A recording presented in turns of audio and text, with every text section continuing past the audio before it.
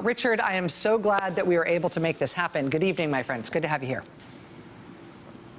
Well, there's a lot going on, and so many people have been focused on what's happening in the States, but a major accomplishment has just happened in Iraq. The war on ISIS has taken a major step forward, and we've been focusing on that for the last several weeks. So it's good to join you and join the people at home. Looking forward to your report, Richard. Thank you.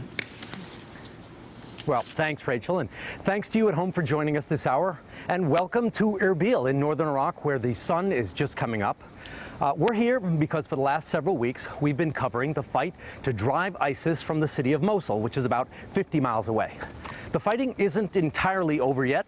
There are still small but fierce pockets of resistance. But it is fair to say that ISIS, the best armed, most dangerous terrorist group in the world, has lost its biggest city.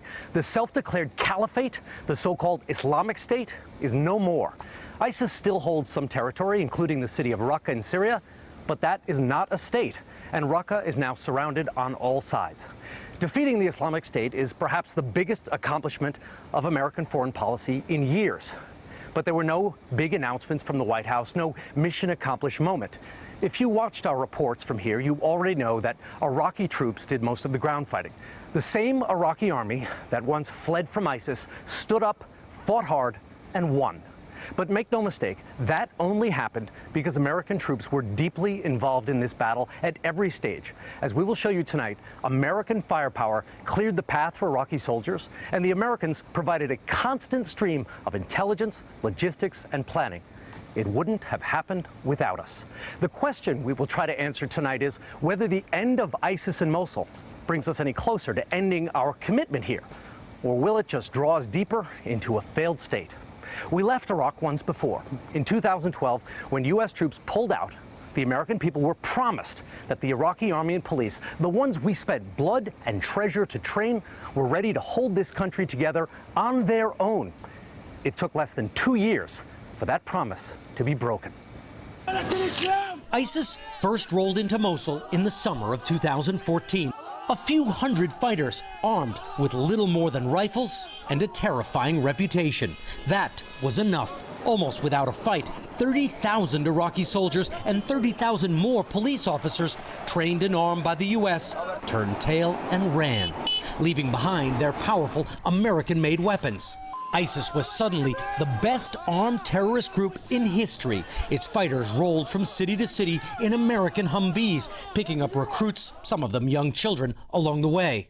They crossed the border into Syria, effectively creating a new state of their own, which they called the Islamic State.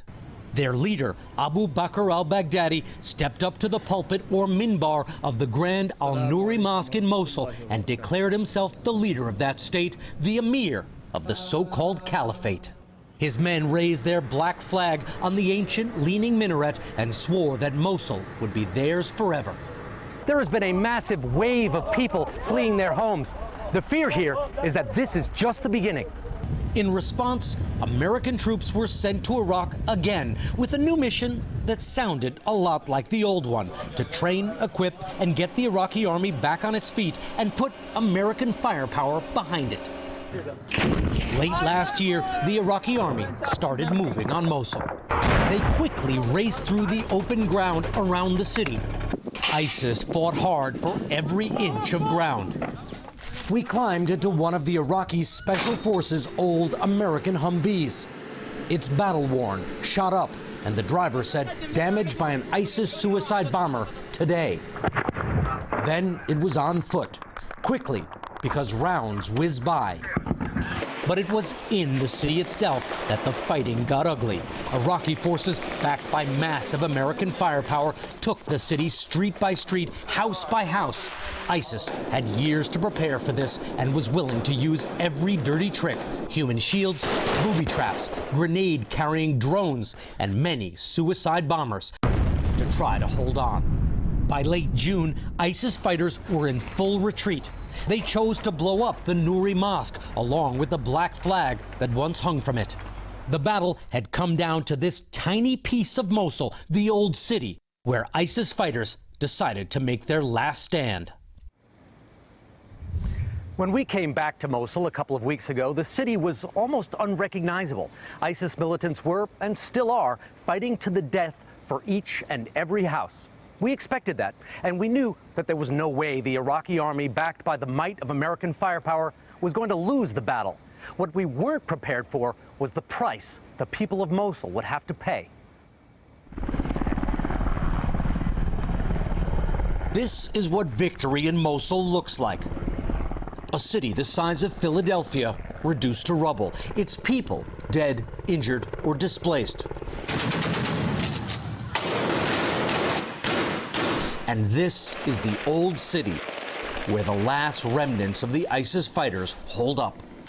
Colonel Patrick Work from the 82nd Airborne Division is the ranking American officer in the area. At this point, the Iraqi security forces really have their heel on the throat of ISIS, and they're about to finish them off here in the next several days. What's the fight been like from your vantage point? It's extraordinarily violent, and never in my lifetime have I seen close combat like this. We're talking about 20-meter gunfights, hand grenade range, all the time, and it's extraordinarily complex. But Work generally sees the battle from far above the fray, on live feeds from drones fed into control centers in the rear, where his men order up artillery strikes, airstrikes, and close support.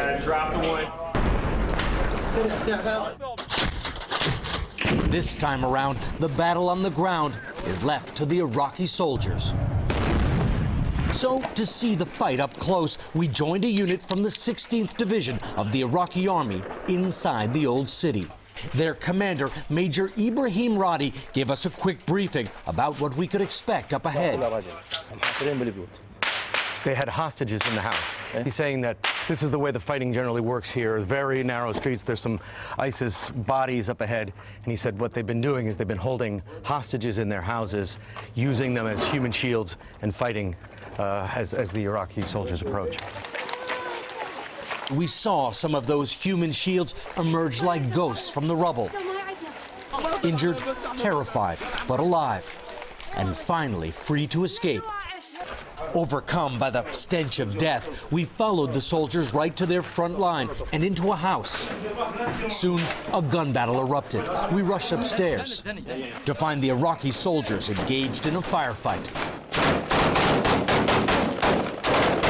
Private Bakr explained that the enemy was just next door in a house full of civilians. Street fighting. We're on this rooftop here. They say that the ISIS militants are maybe 50 yards ahead maximum. So they're putting down some suppressive fire so that the ground forces can advance further on them. But the Iraqis weren't even trying to aim. They were just laying down fire. So when finally the gun battle died down, we assumed there could be no survivors. But there were. The soldiers helped them out of the house they'd been trapped in for weeks, lifting them to safety and treating them with kindness, but also with caution. Men were searched and questioned. There was no easy way to tell insurgents from civilians. We were just about to go into the next house when a grenade exploded. Private Bakr and 3 others came back injured, one very seriously. This is what makes this battle so difficult. The soldiers are under attack by some of the very people they're fighting to rescue. When we got back to the command center, a meeting was underway. The senior Iraqi general was telling his commanders that the fight was going too slowly, demanding that they push harder. Colonel Work sat and listened quietly, respectfully letting the Iraqi commander discipline his officers. How are you? Holy cow. Outside, he told me the meeting was pretty intense. You're in the final days of this final push against ISIS. They've fought their ass off for 8.5 months right now to get to this point, and they're not pleased with the tempo with which the attack is happening right now in these final several days. So, what are you going to do? Are you going to push, go harder, faster? What happens now? Well, really, it's what do they choose to do? It's all there for them. What did they choose to do? It's all there for them. As we climbed into his cramped armored vehicle, I asked Colonel Work about the challenges the Iraqi soldiers are facing, telling good guys from bad on the battlefield. ISIS has had a very deliberate campaign to put humans as obstacles between the advancing security forces, but creating uncertainty amongst the army, amongst the police, amongst the commandos, that these civilians that we're attempting to rescue may present a threat to us because you've embedded a bomber in them. And that creates some advantages for ISIS. But what possible benefit, military benefit, could ISIS get by attacking a bunch of women and children in their own town? And I suspect that ISIS really has very little regard for anybody who doesn't share their deformed worldview. So anybody who's attempting to escape is not one of them. Therefore, their life is meaningless. And civilians have been used as cover. Recent reports have suggested that American airstrikes indiscriminately killed civilians, but Colonel Work kept calling it precision fire. When you walk around the old city, it looks like the place was carpet bombed. How can you have so much precision fire and yet so much devastation? Because the Islamic State fighters who occupied those buildings took someone's home, took someone's school, and turned it into a fighting position. That's how that happens. It was precise. The strike hit exactly where it was supposed to. Precision or not, the fact of the matter is that large parts of this city have been flattened by American munitions. We will never know how many people were killed by airstrikes or Iraqi soldiers, or how many ISIS killed with explosives. What we do know is that this fight was not just about territory. It was a race to save lives. When we rejoined Major Roddy and his men on the front lines the next day, they were pinned down.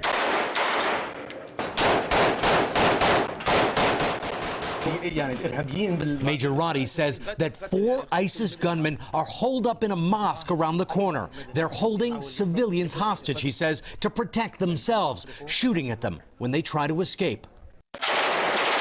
With his men firing over their heads, the residents start to escape. They walk, dazed, into the arms of their rescuers. Some of these children have never experienced anything but war and siege. Like 6-month-old Ahmed, malnourished and dehydrated in the 120-degree heat. He doesn't know it yet, but he's an orphan now. Even the battle-scarred soldiers are overwhelmed. These people are free now, but they've lost everything. In the chaos, one of the soldiers grabs 2 men and accuses them of being ISIS members. They're dragged into a house for interrogation. How do you know them, I asked the soldier. They're my neighbors, he says. The old one preached the ISIS message, and this one is his son. They killed my friend. These soldiers clearly want to take revenge on these prisoners, but with our camera around, they don't. We'd seen them detain another prisoner, and after they told us to stop filming, heard his anguished cries.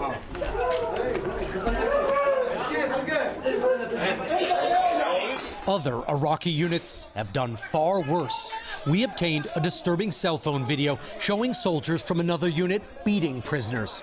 The video ends with 2 of them thrown off a cliff and shot to death. Major Roddy generally spent very little time interrogating prisoners. He had bigger things to worry about. His men were still exchanging fire with the ISIS fighters in the mosque.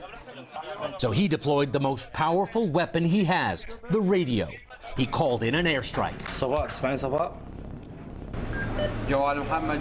A few miles away, in a control center, American and Iraqi officers were watching the live feed from an overhead drone.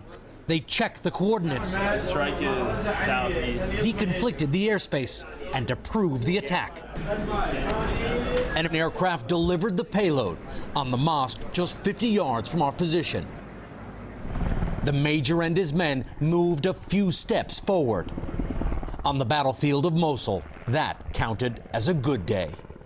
Is ISIS going to be able to point, or ISIS supporters online, to the debris of Mosul and say, look what the Americans and the Shia government did to this Sunni city, and use it as a rallying cry? Oh, absolutely, because ISIS continued to take every single home and turn it into a fighting position. Don't forget, ISIS is to blame. ISIS came in and hijacked the people of Mosul. I can't imagine any reasonable argument that anybody but ISIS is responsible for the vast destruction of Mosul at this point. And we applaud and we congratulate the Iraqi security forces for coming back and returning Mosul to the people. The Iraqi Prime Minister was quick to come to Mosul, wearing a military-style uniform and proudly announcing that from the heart of a free and liberated city, we announce absolute victory. But to call this a free and liberated city is an insult to the people of Mosul who have lost their lives and their homes. And the absolute victory was achieved with a massive amount of support from 1,600 American servicemen who risked their lives, clearing bombs ahead of advancing Iraqi forces, calling in airstrikes, nearly 9,000 of them, and providing a constant stream of intelligence, support, and encouragement.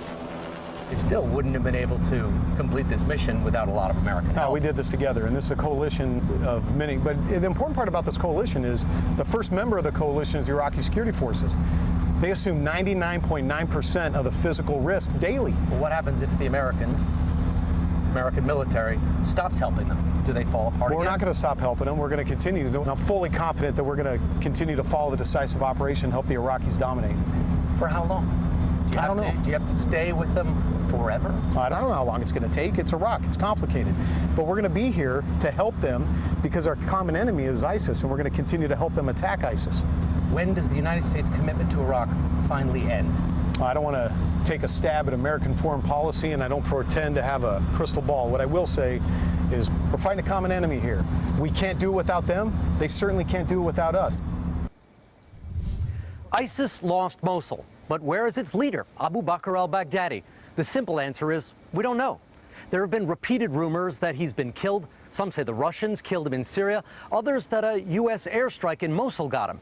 At this point, we can't confirm any of these rumors. Most likely, they're a combination of wishful thinking and a crude attempt to get the elusive al-Baghdadi to step out of the shadows.